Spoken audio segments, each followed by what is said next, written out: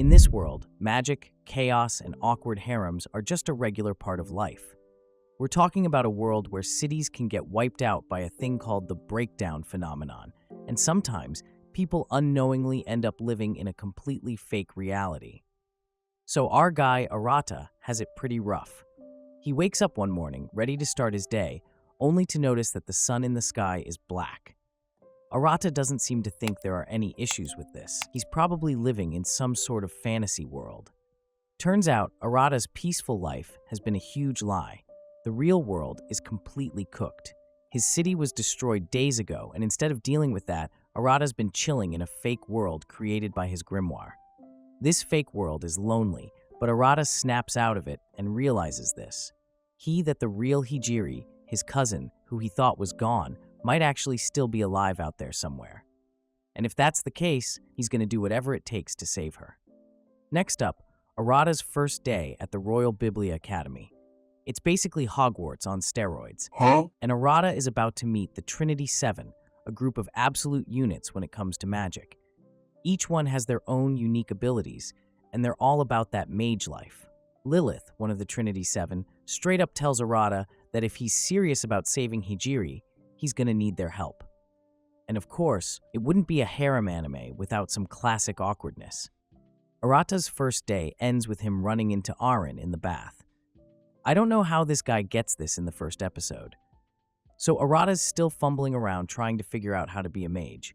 And honestly, this guy's the CEO of Sus with the way he keeps landing himself in the most awkward situations. I mean, if there was a world record for unintentional cringe, Arata would be the GOAT. Now, enter Erin. This girl's got no chill when it comes to making her intentions clear. She straight up declares that she's destined to marry the Demon Lord. That's Arata, in case you missed it, and she's not about to let anyone forget it. So, what does she do? She traps Arata and the crew in a magical seal, all because she wants to see him fall for her thirst trap. Women. Aaron's out here making bold moves, while Arata's just trying to keep it together. But things start to heat up literally when Arata's powers go haywire. The breakdown phenomenon kicks in. His anti-magic abilities start creating all kinds of chaos, and it's clear this guy's got way more power than he knows what to do with. It's like giving an e-boy 1 million followers overnight. Things are bound to get out of hand. Luckily, the Trinity 7 aren't about to let this spiral any further. Mira and Akio step in, ready to catch these hands if they need to, and try to contain the situation. But Arata's power is no joke. Just when it looks like things might go completely off the rails, Yui comes through with a clutch save, dragging Arata into her dream world. Inside Yui's dream world, things are a bit calmer, but Arata's got some serious thinking to do. His power is dangerous, and he's got to figure out how to control it before someone, maybe even himself, gets cooked. But at least he's got Yui by his side. So, Arata wakes up in Yui's dream world. Yui starts breaking down the whole magic system for Arata. She explains the archives and themes, which are basically the building blocks of all magic in this world. She's talking about Superbia, Invidia, Luxuria, and the whole deal. Arata doesn't know how he is going to remember all of this, but Yui's got faith in him. She even hints that he might have the power to control the breakdown phenomenon if he plays his cards right. Then, it's time for Arata to put his new knowledge to the test. He gets yanked back into the real world, where the breakdown phenomenon is still going off. But this time, Arata's ready. He unleashes his Magus mode, and bam, he's finally showing some main character energy. His anti-magic spell does the trick, dispelling the phenomenon. But of course, because this is anime, his spell also ends up destroying the girl's clothes. By the end of all this, Arata's feeling pretty good about himself. He's managed to manifest a magic gun, which is a big deal, considering he was just fumbling around with his powers a hot minute ago. The glow-up is real, and even the Trinity 7 are starting to take notice. Arata's still got a long way to go, but at least he's finally stepping into his role as the mage he's meant to be. Things take a turn when the students at the Royal Biblia Academy start dropping like flies, falling asleep out of nowhere thanks to another breakdown phenomenon. It's like someone hit snooze on the entire school. The Trinity 7, always ready to finesse a situation, decide it's time to get to the bottom of this.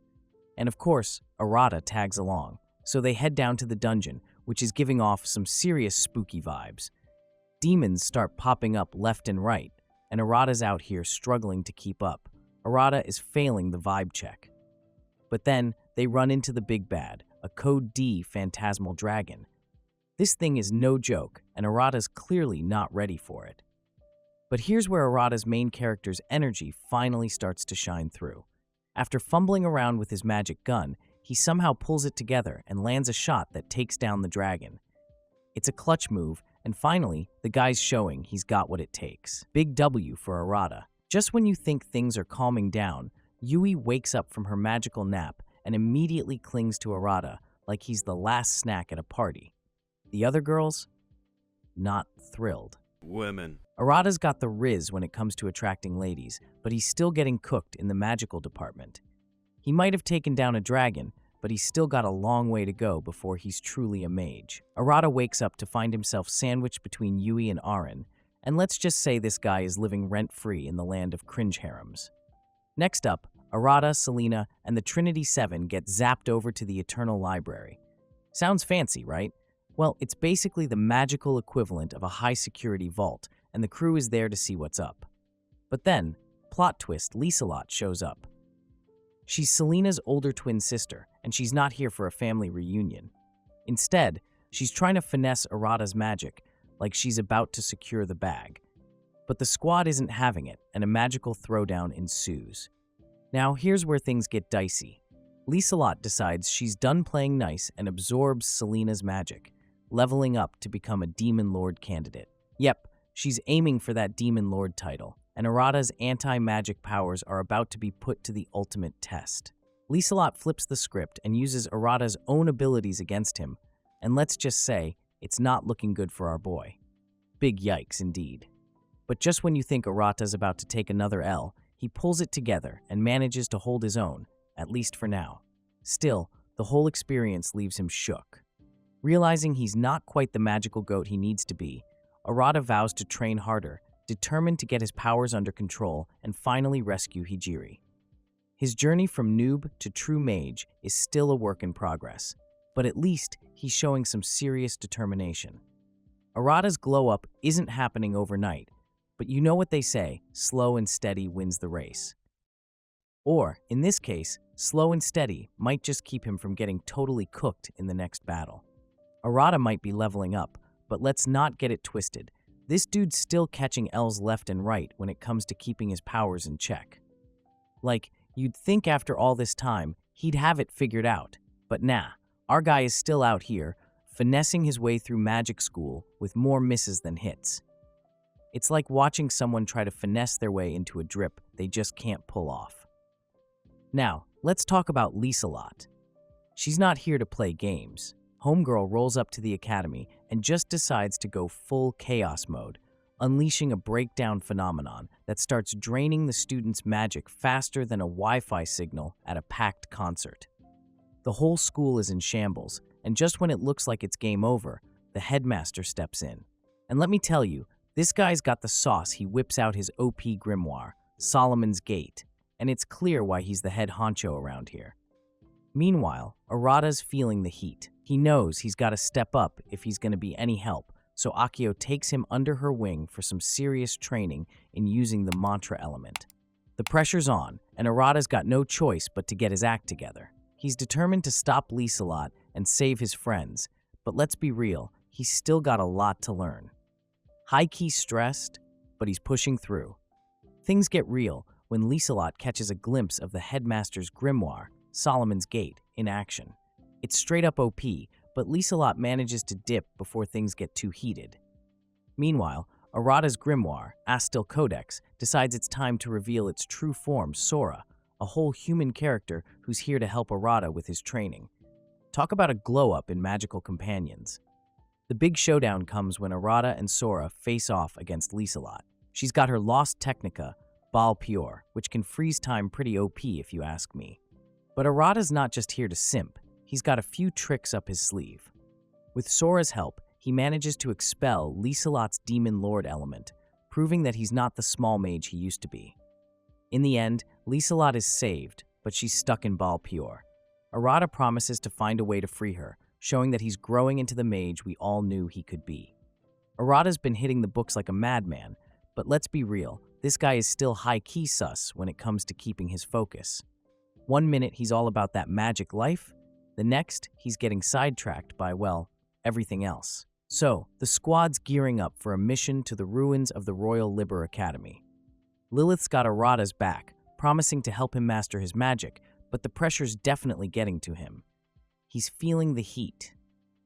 And not just from the magic lessons. Before they head out, the gang decides to take a breather at the hot springs. And of course, what's a trip to the hot springs without a little fan service? Yeah, boy. Lilith and Arata share a quiet moment, but Sora's got other plans, cue the classic bikini sabotage. Oh my god! The fan service is strong with this one, fam. But it's not all fun and games. When the mission kicks off, the teleportation spell goes sideways, splitting up the group. Arata, Sora, and Mira end up in front of what looks like an intact Liber Academy. But something's off. They're greeted by a fake Hijiri, setting the stage for even more chaos. So, Sora drops the bomb that the Hijiri they've been dealing with isn't the real deal. It's actually her grimoire, Iliad fragment, pulling the strings. The group's now trapped in another dimension, and things are looking pretty sus. They've got no choice but to fight their way out, but it's clear they're not playing in easy mode anymore. The real action kicks off at the clock tower. Arata and Mira make their way up, only to run into Ilia, who's got a serious vendetta against Mira. Arata's trying his best to buy some time, while Sora works on disabling the barrier, but it's not exactly smooth sailing. And then, boom, Arata, feeling all kinds of frustrated by his lack of power, unleashes his Demon Lord element, Astral Trinity. The vibes shift real quick as his powers start hitting differently. For once, Arata's showing he's got some serious potential, and it's about time he starts flexing that Demon Lord energy. So here's the deal. Arata, now fully embracing his Astral Trinity form, is out here flexing on everyone. He effortlessly dispels Ilia's magic and shatters the barrier that's been keeping them trapped. Mira and Sora try to step up, but Arata's on a whole new level. It's like he went from rookie to MVP overnight, and even they have to admit, this guy's power is next level. But things aren't all sunshine and rainbows. Ilia loses control, and it's up to Arata, Sora, and Mira to team up and take down the Black Sun that's causing all this breakdown phenomenon madness. They manage to pull it off, bringing everyone back to reality, but Hijiri's lurking in the shadows, already planning her next move. Later on, Hijiri straight up invades Arata's room with the intent to take him out. Arata's caught slipping, but Lilith and Aaron aren't about to let her get away with it. What follows is a tense showdown, and while Arata's still a bit shook, his determination to protect his friends keeps him in the game. Arata might be growing into his powers, but the challenges are only getting more intense. Now, things kick off with Lug, one of Iscariot's heavy hitters, deciding it's the perfect time to start bombing the academy. Levi steps up to confront her, but it's clear she's outmatched from the jump. That's when Yui steps in, pulling everyone into her dream world for some temporary safety. But we all know hiding out isn't a long-term solution. The real action begins when Levi teams up with Liselot to take on Lug. Turns out, Lug's not just any mage, she's also a Demon Lord candidate. The battle is intense, with both sides throwing haymakers and taking serious hits. It's a high-stakes showdown, and things are looking grim. Just when it seems like all hope is lost, Liselot pulls off a clutch move that turns the tide. But of course, Lug isn't done yet. She calls in the big guns, summoning Hijiri for backup. The episode ends on a cliffhanger, with the team gearing up for what's sure to be an epic final showdown. The stakes have never been higher, and if Arata and the gang don't step up, they might be facing their biggest L yet. Arata's finally stepping into his main character's energy, but let's not forget how many L's this guy took to get here. It's been a bumpy ride, but at least he's finally earning that W. The final battle kicks off with the Trinity 7, plus Arata, activating their Magus modes for an epic showdown against Hijiri and Lug. The stakes are sky high, and everyone's throwing down their best moves to come out on top. It's pure chaos, but in the best way possible. Then, Hijiri drops a bombshell and plans to destroy the world and recreate it, thinking it's the only way to end the Demon Lord's cycle of destruction. But Arata, backed by his squad, manages to defeat her and absorb the Demon Lord element, putting an end to the madness. In a bittersweet twist, Hijiri collapses into a crystal, revealing she no longer has a physical body. Arata promises to save her someday, showing that his journey is far from over. The final scene lightens the mood with Arata and the girls sharing a moment. Finally, Arata's got the drip, the riz, and the respect. But let's be real, his chaotic adventures are just getting started.